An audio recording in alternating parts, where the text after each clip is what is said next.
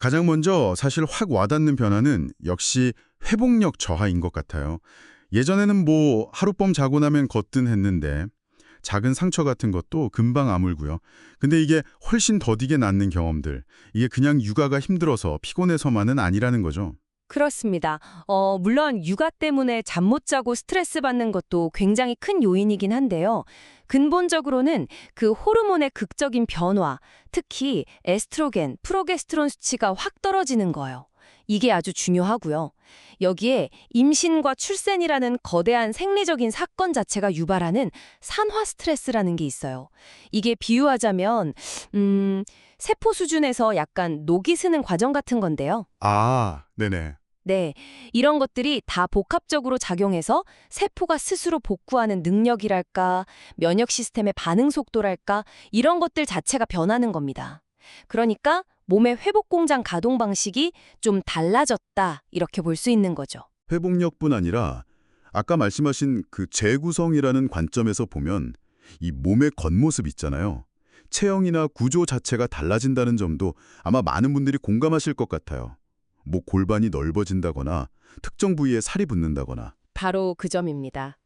그게 아기가 나올 길을 만들기 위해서 몸의 구조가 물리적으로 변형되는 과정이니까요. 필연적인 거죠. 특히 골반 같은 경우는 출산 과정에서 벌어졌다가 완전히 정말 이전 상태로 딱 돌아가지 않는 경우가 많아요. 아, 정말요? 네. 그리고 임신 중에 활성화됐던 그 지방 저장 시스템 있잖아요. 이게 출산 후에도 어느 정도는 계속 유지가 되면서 뭐 엉덩이나 허벅지 이런 쪽에 지방이 좀 쌓이기 쉬운 상태가 될 수 있죠. 복부 근육이 이렇게 가운데서 세로로 벌어지는 복직근 이개 현상도 꽤 흔하고요. 네네. 이런 것들이 다 합쳐져서 아, 몸의 라인이 예전이랑 다르다. 사이즈가 줄지 않는다. 이런 경험으로 이어지는 겁니다. 그렇군요. 그럼 그 대사 효율 저하나 체중 증가 경향, 이것도 좀 비슷한 맥락으로 볼 수 있겠네요. 예전이랑 똑같이 먹는 것 같은데도 살이 더 쉽게 찌는 듯한 그 느낌이요. 이것도 역시 호르몬 영향이 큰가요? 네, 맞습니다. 출산 후에는 그 기초 대사량 자체가 약간 감소하는 경향이 나타날 수 있거든요. 그러니까 에너지 소비 효율이 좀 떨어지는 거죠. 여기에 호르몬 변화가 더해져서 에너지를 막 소비하기보다는 몸에 저장하려는 신호를 더 강하게 보내는 쪽으로 작용할 수 있습니다. 뭐랄까, 에너지를 활발하게 쓰던 모드에서 약간 비상 상황 대비 에너지 보존 모드로 몸의 기본 설정값이 바뀐 것 같다고 비유할 수도 있겠네요. 아, 몸의 설정값이 바뀐다니 재미있는 비유네요.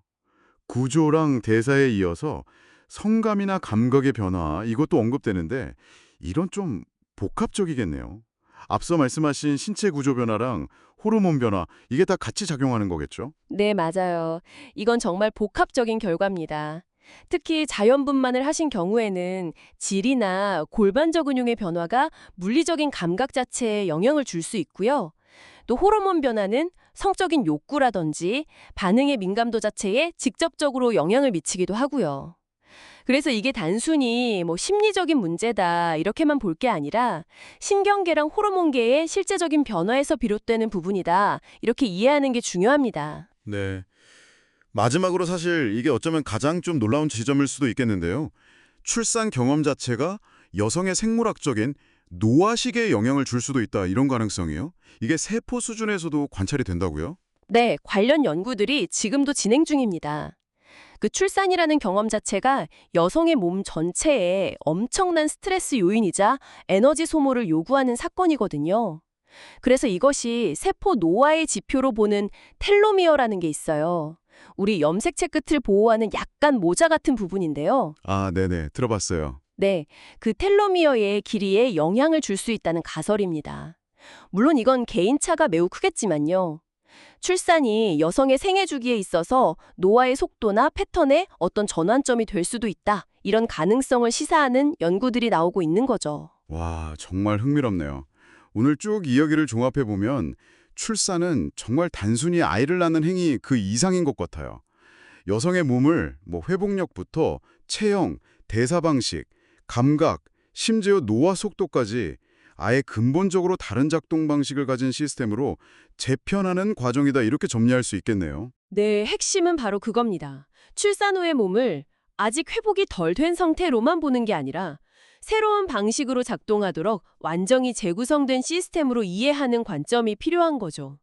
여기에는 내 의지나 노력만으로는 쉽게 되돌리기 어려운 그런 깊은 생물학적 변화가 깔려 있다는 걸 인지하는 게 중요하다고 생각합니다. 그렇다면 말이죠. 이렇게 근본적인 변화를 겪은 우리 몸을 건강하게 관리하고 또 이걸 온전히 받아들이기 위해서 우리는 뭘 더 알아야 할까요? 만약 출산 후 내 몸을 위한 새로운 사용 설명서가 필요하다면 그 첫 장에는 과연 어떤 내용이 담겨야 할지 한 번쯤 생각해 보시는 건 어떨까요?